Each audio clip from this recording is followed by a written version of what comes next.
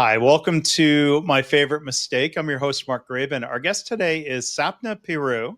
She's a consultant, author, and expert speaker. She's been building brands for nearly 30 years. For her first 20 years in media, she worked with clients including Toyota, Sony Ericsson, and L'Oreal. After having children, she started her own brand consultancy, InnerVisions ID, building personal and business brands for ambitious leaders and teams so they can stand out and show up with clarity and confidence to increase their influence and impact. Sapna's best-selling book is titled Let's Get Visible with an exclamation point. Those of you on YouTube can see that over her shoulder. Let's Get Visible. It won a Global Business Book Award for Startup Inspiration. So Sapna, thank you for being here today. How are you? Thank you so much for having me. I'm good. I've been looking forward to this chat. So we had to reschedule, didn't we? So yeah, well, that happens. And I'm glad we can finally be together here to record.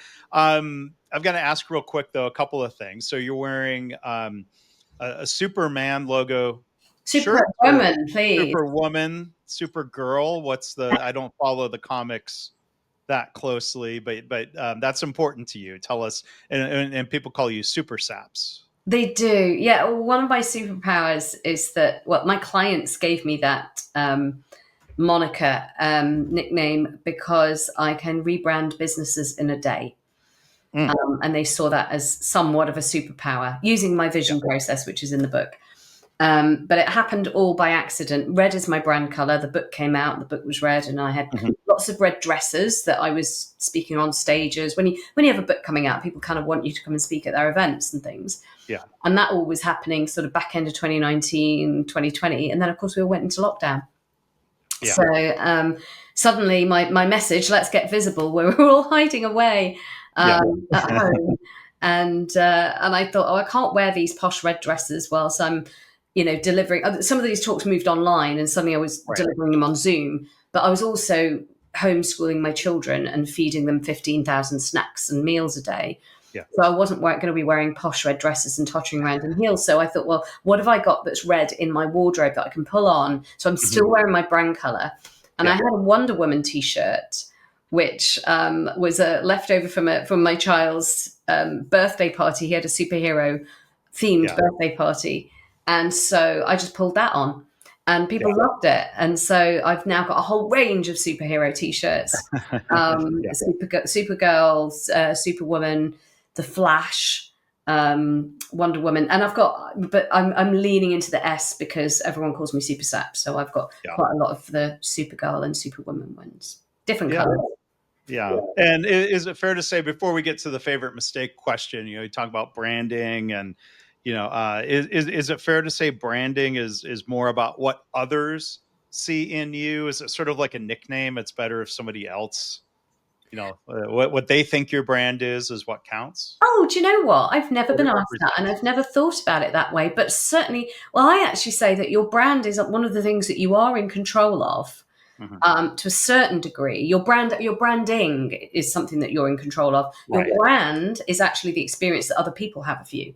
Right. So there's a combination of the two, really. You build a brand by giving others the experience. And in the olden days, when I sort of talk about this in the book, how brands originated were like, in the early days of advertising and the Mad Men era. We're currently rewatching Mad Men at the moment, actually, because we love John Hamm.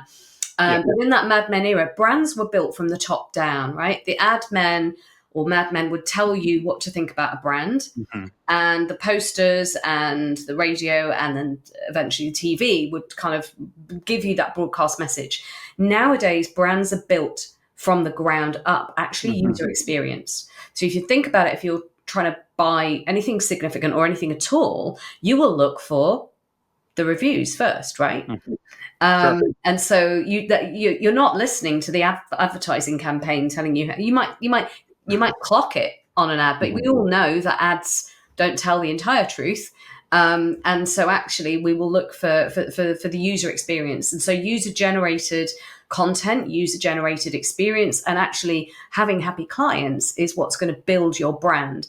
What you can do with the branding is make sure that it matches the level of service that you are supplying. So if you have a great product or service, your branding needs to reflect that, because if your brand is great, but your branding, what we see, and I've got a model in the book talked about do, say, see. So everything you do, everything you say, and everything people see have got to align like a three-legged stool.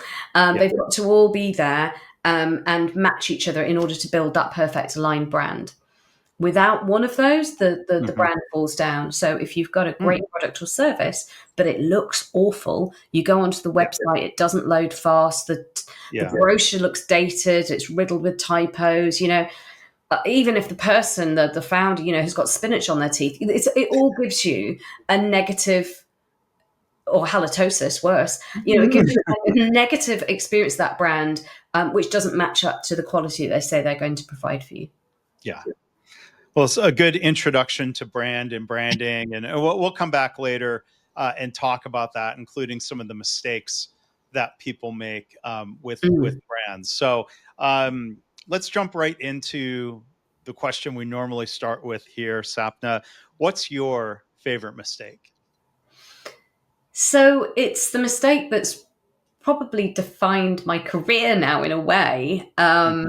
But my favorite mistake, or my biggest mistake when starting my business, was believing, hoping, praying that my wonderful work would speak for itself, and that I could hide behind the work and hide behind the logo. I had spent, as you said already, 20 years in corporate, where the brand was bigger than me, right? So I was working with some big national brands, working with global brands, and they were bigger than me. So I was a cog in a machine. And I was a happy cog in a happy machine. I loved what I did. But standing out yourself wasn't a part of the job. But it was, you kind of like, you're all working as part of a team. So when I started my entrepreneurial journey, that took some... I worked still. I created a logo for my company because I was sort of like, well, I want to be able to say that I'm, this person from this company, and made it sound like it was bigger than me. Yeah. Which is a legitimate tactic, by the way, especially if you're wanting to work with corporates and you need a business name and you want to feel like you're part of a bigger entity, even if it is just you when you start out. And that worked quite nicely as I expanded my team as well. So they all had like team emails, and they had the sign off. But still, I was like hiding away behind a logo, hiding away behind the business brand, talking about scared to put myself out there.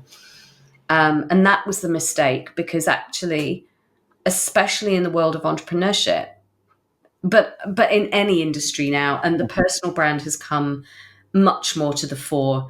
Where you realize that it's actually people who buy people, and that and that sort of started with the likes of Steve Jobs and Richard Branson, who have always been like the bigger personality than the actual brand. They kind of had worked this out quite a long time ago, but it's taken the rest of the world to sort of catch up and realize that actually personal brand is the thing. If you think about, if I say Tesla to you, you'll know who the slightly bonkers leader of that that company is, right? Right. We know it's Elon Musk with Tesla, but if I asked you to think of Jaguar, do we know who's right? We don't know. We don't know. So it's a fairly modern phenomenon, this rise of the personal brand. But people buy people ultimately, and so my big mistake was actually staying hidden away and being too scared to come out of, like a lot of creatives. I actually prefer to do the work. I'm happy, never happy when I'm actually doing the work. Right. The thing that I'm actually very talented at. But talking about the work is harder. Less so now that I've got more practiced at it. Yeah. And I've got a story to tell. And I've got the book to talk about. But actually, I was so scared of getting visible, I nearly put a nom de plume on my book. So that would have been a massive mistake. Yeah. I felt with my very foreign sounding name, Sapna being an Indian name, which means dream. Pieroux is my husband's name, which is Belgian. I don't know what it means. But suddenly I had a very difficult to pronounce name, and and it's been proven that if your name is short and easy to say, you do better in life, actually. in general. Steve Jobs, Richard Branson, Elon Musk, those examples you used. Yeah, and I've called my sons Luke and Leon, so they are not saddled with having to spell out their name all the time. But they've got Pieroux for life, so I thought I'd give them an easy name. But that's why naming companies is really important as well. Right. But if you got, so I just thought actually if I put the book out with, and also there's been research has shown that women's business books do not do as well as men's books. Oh. As men's business books, right? They generally get reviewed more harshly. They sell for less money on average, and they're not taken as seriously. So I had come to the entirely logical conclusion that for my book to do well and make the difference that it should, I should put a white man's name on the cover. How close were you to doing that? I was in tears on the phone to my publisher, just going, why the hell am I doing this? Why am I doing this? I was so scared of getting visible. I was so scared that the book wouldn't do well and that it would reflect badly on me, or that, I would get negative reviews, or, I was so scared of putting my head above, because my friend Jay had said when I was writing the book, he went, well, if you stick your head above the parapet, be prepared for someone to take a shot. Right. And that put I'm such a people pleaser. It put the fear of God in me. Yeah. So, What was your publisher encouraging you to do? Was that completely your decision? Were they? Because I had not heard, these unfortunate statistics around. Was the publisher telling you that? Were they encouraging you? That was all me. It was all me. Just heard that. No. My publisher, Lucy, the lovely Lucy McCarraher of Rethink Press. Little plug for her, because if it wasn't for her, I wouldn't have written the book, and I wouldn't be a published author. Yeah. She wrote a book called A Book of One's Own, or ABU for short. And it was a rallying cry to women to write their business books and have their voices heard. Yeah. She was also the founder of the Business Book Awards, and of which my book ended up winning one, but it's independently judged. She is not on the judging panel. And in fact, if they know you, you're not allowed to be judged by anyone who knows you personally. It's a very stringent process. But she was one of the founders of that. And in the first year of the Business Book Awards, when the photos came back and she was on stage with 12 winners, all white men, that she just went, what the hell happened? Because she looked back at the stats and 30% of the books had been entered by women. So, if there wasn't unconscious bias at play here, you'd say 30% of the winners should be women too. And there were no people of color. And I imagine the people reading the books, they're not blinded, if you will. I mean, they probably know the book and read the author's bio, and that's part of what. Well, it's an independent panel of judges, and they were 50-50 men and women. So even women might judge other women's books more harshly. Right. Wow. So Lucy decided to go on a rallying mission and write this book, and she did the research. Actually, the research that she found is all in that book. Yeah. But she also looks at the blocks that stop women writing their books, and part of the things like imposter syndrome, but also caring duties. Like we're the ones that don't tend to be the caregivers for children or aging parents. We simply have less time. Women tend to have less money, so they don't have time to take out of their business in order to be able to write. Writing a book takes you out of the business, so you're not earning as much, right? And it costs money if you're going with a hybrid publisher. It costs you to actually hire the editors and the designers. To make that investment, to make the investment to work with coaches. So there's all sorts of things that come into play. And I went to her book launch and I heard this research being talked about, and I just thought it fired me up to write my own business book. I was like, I have to do this. So Lucy was actually the enabler and the encourager. It was me that was getting in the way of publishing under my name. And I said, I think I need to publish it under a white man's name. If I just go with John Smith or something, then the book will probably do better. And she said, well, how are you ever going to be a key person of influence? Because I was doing Daniel Priestley's KPI course. She said, if you don't put your name on the cover. Right. How would you connect it to your business? To my business and my brand. Right. For me, honestly, ego was not a part of it. I wasn't writing the book for my ego, I was writing the book to help people. Mm-hmm. And so to me, it didn't make a difference whose name was on the cover. Right. Weirdly.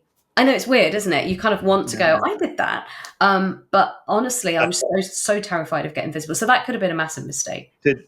I mean, and I mean, it's for the best you avoided. So there's a story of avoiding a mistake. That's good to hear. But I mean, it could have said written by Sir Richard James with Sapna Pieroux, right? Or I mean, like, to get your name in there. I don't know. I never even thought of that. I never even. That happens sometimes. And then I think the reality is when a book says with so and so, like that maybe was actually, let's say, the ghostwriter. Yeah. Or the person. No, I'm quite happy to claim it now. I'm quite happy to claim that book, an award-winning book. I wrote it, so I'm very proud. I'm actually very proud of it.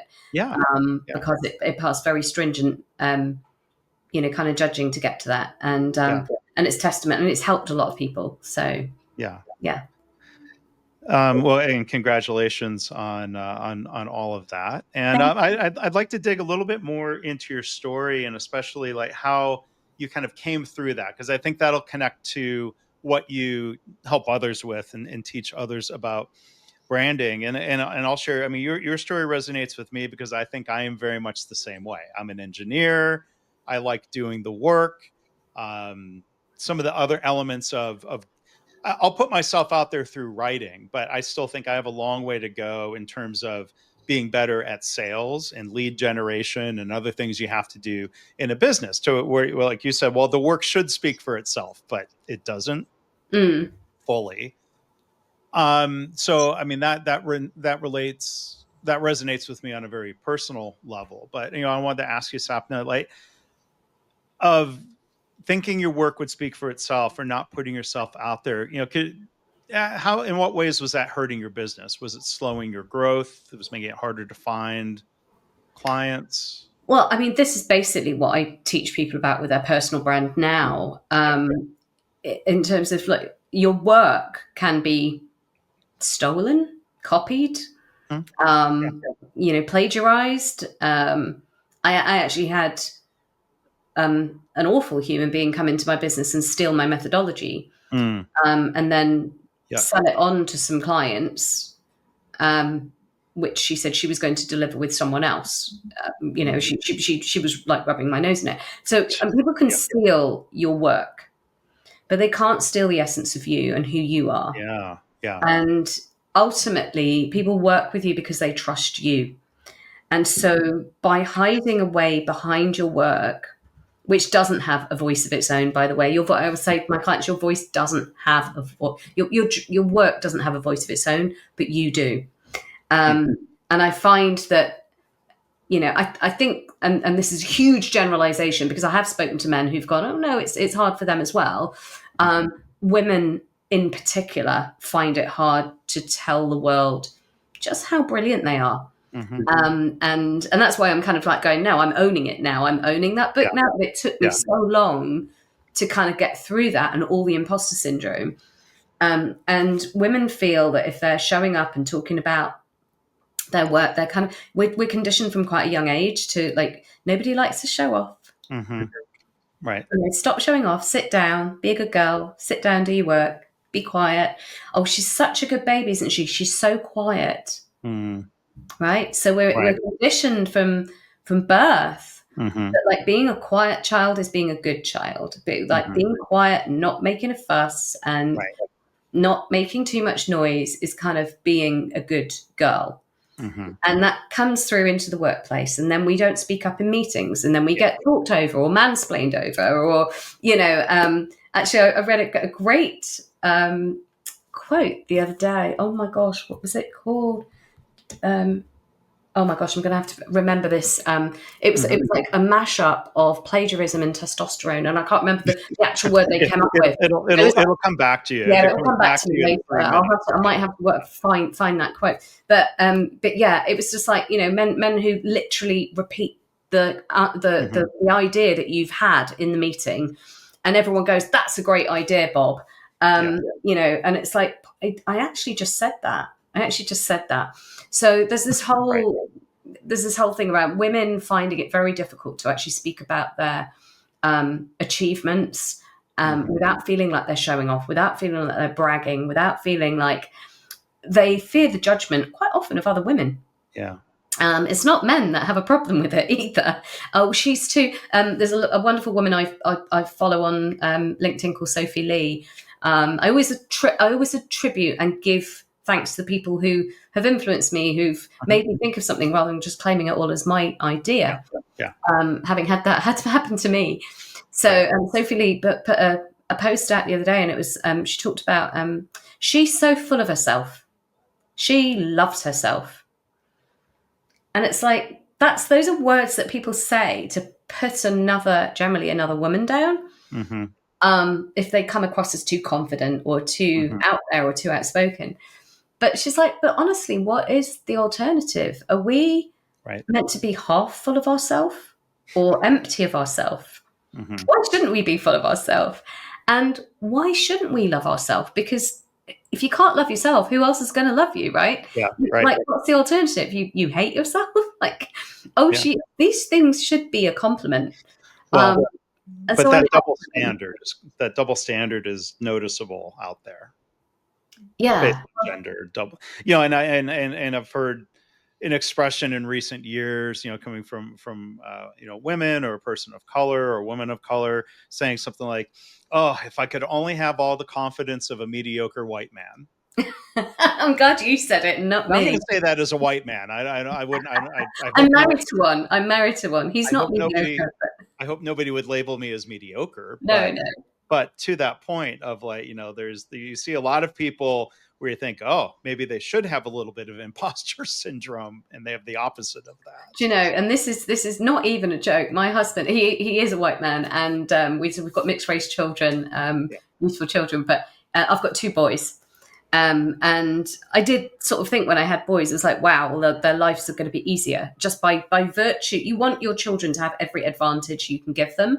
Right. And just by being a guy, I felt that they'd been given an advantage because they weren't going to have that advantage with their skin color, right? So I want them to have and I gave them simple names that would travel the world easily. Luke and Leon travel the world easily. They're very international names. Yeah.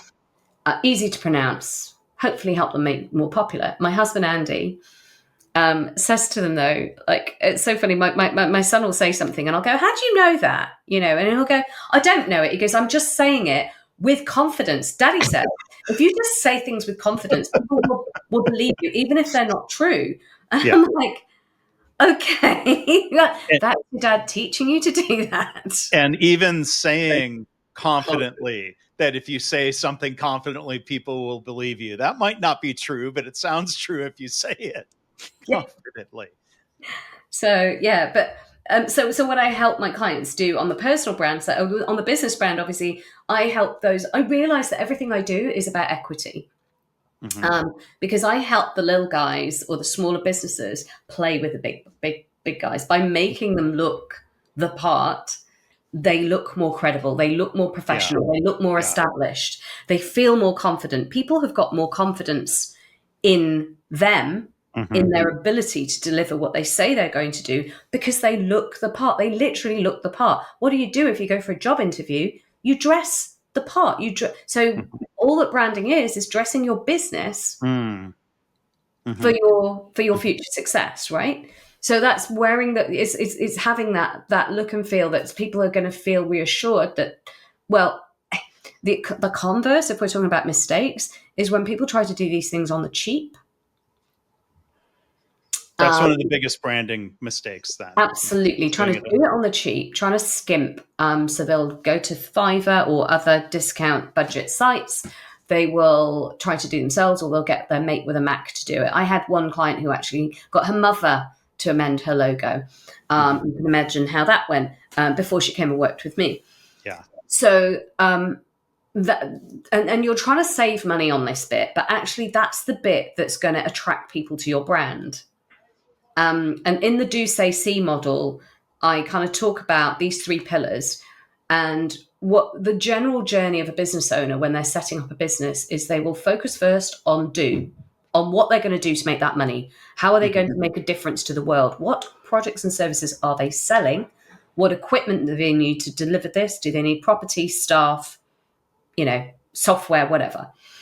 So that's your do. It's the nuts and bolts of building your business, of actually, creating a business. Then the next step is the say. How are we going to tell people about this business? Because if we don't tell people, we haven't got business. No one's going to know about us. Right. So that could be advertising. It could be networking, your social pitch. It could be doing a podcast like this. It could be creating webinars. It could be writing a book or a brochure or creating a website with copy on there.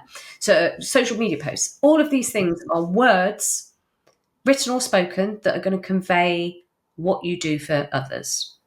The last part is C, and I put that last because once people have worked these bits out, they're often keen to get going, and they want a rush job.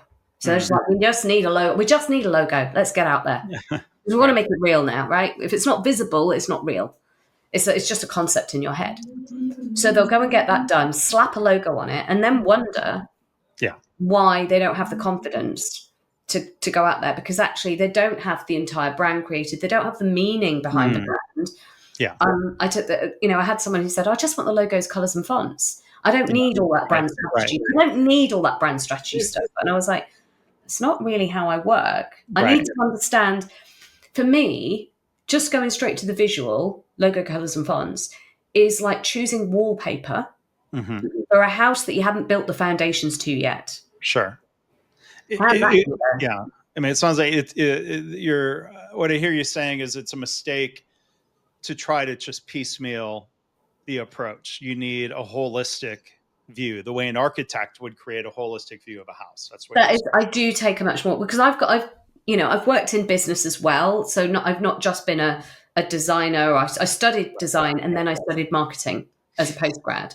And then I ended up falling into marketing in media for 3 years, and then I moved over to the sales side, and I was creating sponsorship and promotions products. So I've been the client, and I've been client side and working with clients, but on more holistic approach to brand, and that's the communications as well, and the messaging and all of that. When you're working in radio, there are no visuals, the least visual medium, but I spent 7 years in radio. So I understand brand from that 360 perspective, that it's not just what it looks like, it's how it feels, it's the experience it gives people, it's how it communicates, it's all of those things before you get visible. And then, on the personal brand side, it's the same. People need to understand who they are, how they want to show up. And you don't need to put, I have people who go, I'm so scared of building my personal brand, I don't want to put myself out there. This is the mistake. They don't want to put themselves out there. But it's hard, not everybody feels comfortable. And I'm actually a very private person. That was part of the reason that it took me so long to do it. But you don't have to put everything out there. You don't have to put the whole messy, all of you there. It's a curated version of the professional side of you that people want to know. Yes, you can show obviously flashes of your personality, but does everybody need to see your neuroses, the crap? Nobody needs to see that. They just need to see what you can do for them, actually, and what you're going to be like to work with, how it's going to feel to work with you. Right. Are you going to be fun to work with? Are you authoritative? Are you? I hope I combine fun and authoritative. I make it fun and playful, but actually I know my stuff. Sure. So that's kind of the brand that I want to get across. Yeah. And I think that it's a mixture of having your business brand, because you're not always there. Your brand is what people say about you when you're not in the room. Right. But then when you walk in the room, you need to align with that brand. You need to actually, people say to me when I turn up in a red dress at a networking event, I don't always wear superhero t-shirts, by the way. Yeah. But I've actually been noticed in a room that I wasn't in by someone who said they went to a networking event and they were looking for me and they couldn't see a red dress, so they knew I wasn't there. So I'm like being noticed in rooms that I'm not even in. So that is that visual, like a ping, like it's like become a bit of a where people see it and they kind of, oh, there she is.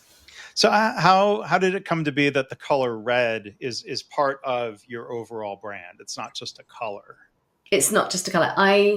When I started my business in 2016, but before that, I'd been a stay-at-home mum for 3 years when my second child was born. And I actually got postnatal depression. And it was a pretty dark time. And like a lot of new mums, I didn't like my body. And I wore baggy stuff and black and, because also to hide the dirt, because like I've got two grubby boys running around. We're going to the park. There's no point wearing color because it'll show the dirt. So it was a practical thing as well. But I wore a lot of black. Probably 90% of my wardrobe was black. And where the color came in, it was like gray, So when I started speaking at events in 2018, actually, I started speaking at events. And I had this black dress from a label called COS, which is a Scandinavian label, very popular with designers, slightly shapeless, but very simple, minimalistic cut. And I thought I looked super chic. And when I saw the video back, I was like, oh my God, I look like a brick because I'm quite short as well. I'm only 5 foot tall. So, and also because everybody else in the audience was wearing dark colors, like, everyone wears black, gray, whatever, navy. I just blended in. My body blended in with this sea of other bodies. I looked like a floating head. That's all you could see of me. Yeah. And I suddenly realized, oh my gosh, this is why speakers wear color. This is why speakers, obviously Steve Jobs got away with it, but right. The black turtleneck. Yes. Yeah. But he was generally against a white big stage, right? Right. So I knew a woman at school, another mum, and she was a stylist, and I asked her for help. And I said, I want a speaker wardrobe, please. So we went and got all these colours under the rainbow. She did my colours, red was one of them, but also like emerald green and, beautiful blues, cobalt, but a blue like what you're wearing. Actually, I had a dress in that colour too. Yeah. What colours work well with you? Yeah. Sorry?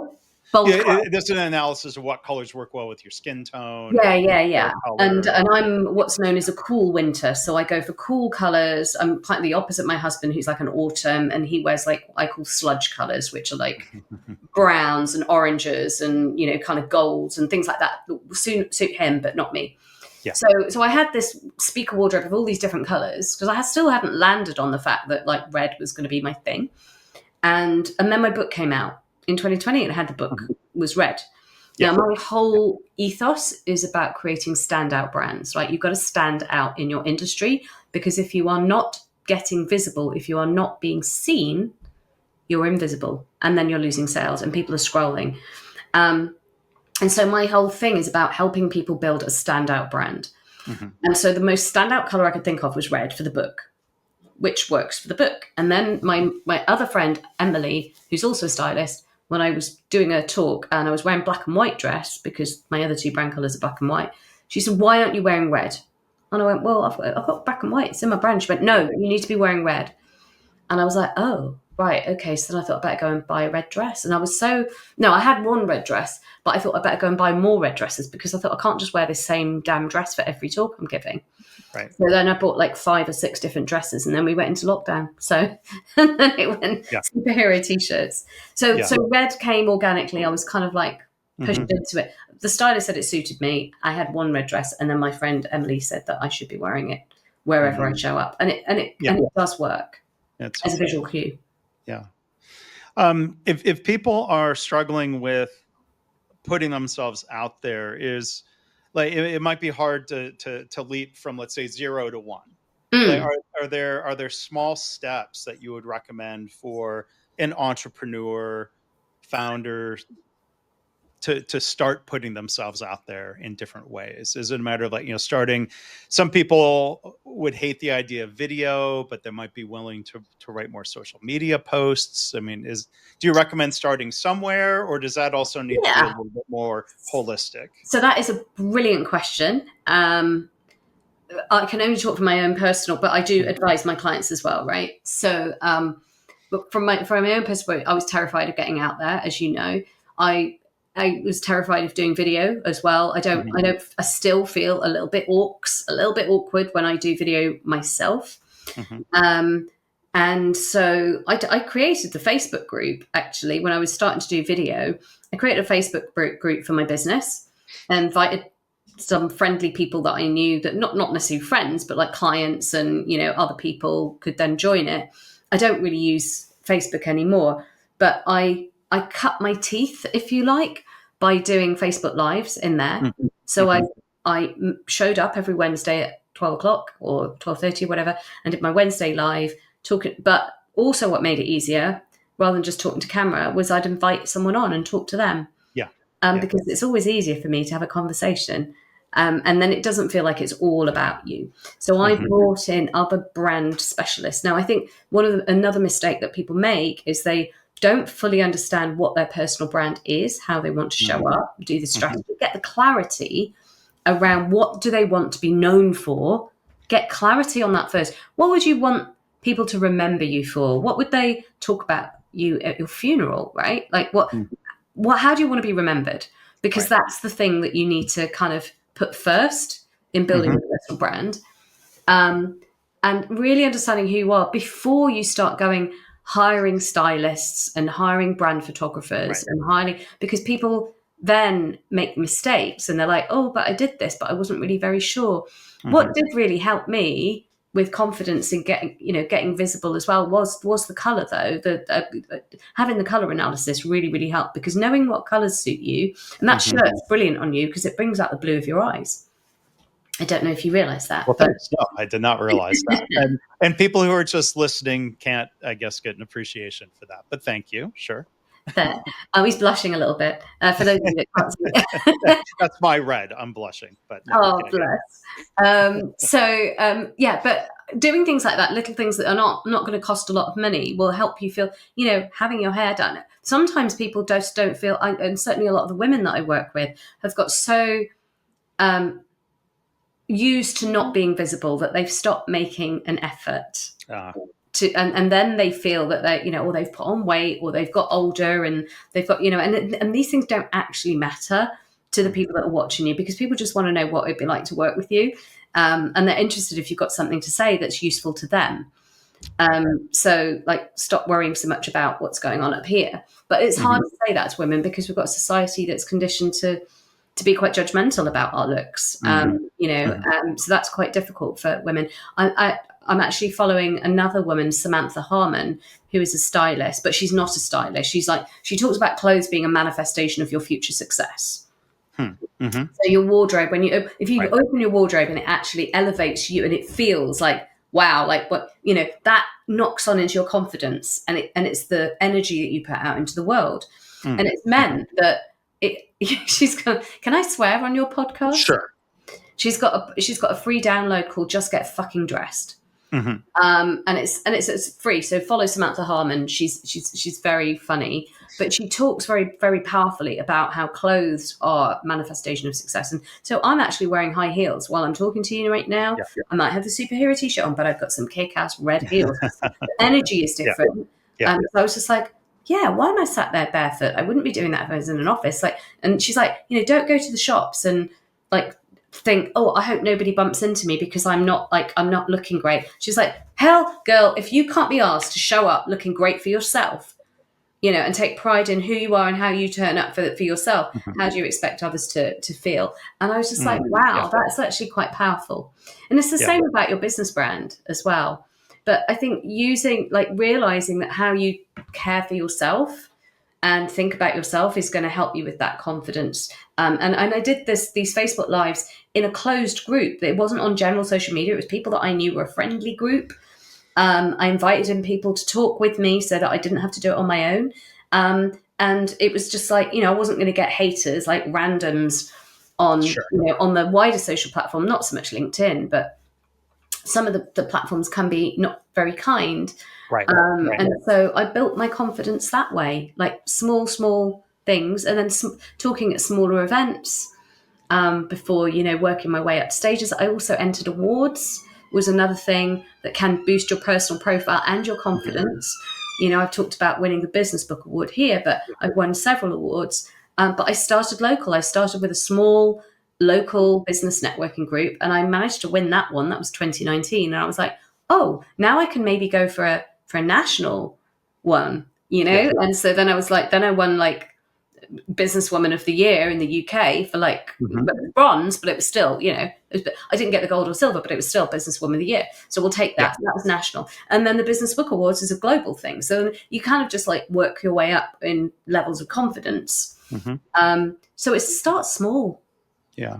Yeah. I think that's a good lesson. And, Sapna, I want to thank you for sharing, not just your favorite mistake story, but how, you've gotten past that, how that connects to you helping others get past that. I'm going to go and take a deeper dive into the book. It's titled "Let's Get Visible." Now, here on a podcast, if people are just listening, you're visible in an audible way, but that you're right. There's visibility that comes from that. The book is "Let's Get Visible, Get Brand Clarity, Stand Out in Your Industry, and Supercharge Your Business." It's available paperback, Kindle, audiobook, and I think this is interesting. You actually offer to share the PDF of the book with people if they reach out, right? Yeah. If you connect with me on LinkedIn and say that you heard me on your podcast, Mark, then that would be, I can send them a free PDF of the book, because my I don't make very much money when they get sold on Amazon anyway. Sure. So, sure. For me, it's about getting the book out there. It's That's about smart. getting the book out there to help people.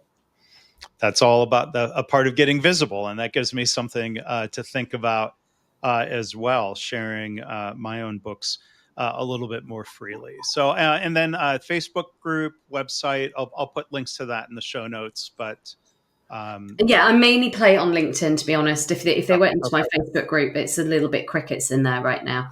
Tumbleweed. I don't do I don't do an awful lot in the Facebook group now, but I do. I'm on LinkedIn pretty much most days. Okay. And people can probably, I'll put a link in the notes, but I mean, one advantage of a name, Sapna Pieroux, you might be the only one. I am Google famous. Google famous. So I'm the only one in the world. And Mark Graban is not a completely 100% unique name. There's one other Mark Graban who is an elementary school teacher in California, who I don't think is very closely related, but right.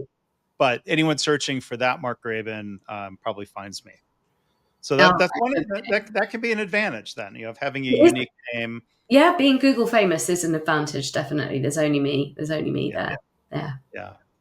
And well, that's great. So again, our guest today, Sapna Pieroux. Thank you. This has been a really nice conversation. Thank you for putting yourself out there and being not just seen, but also heard. Thank you very much for having me, Mark. It's been a real pleasure.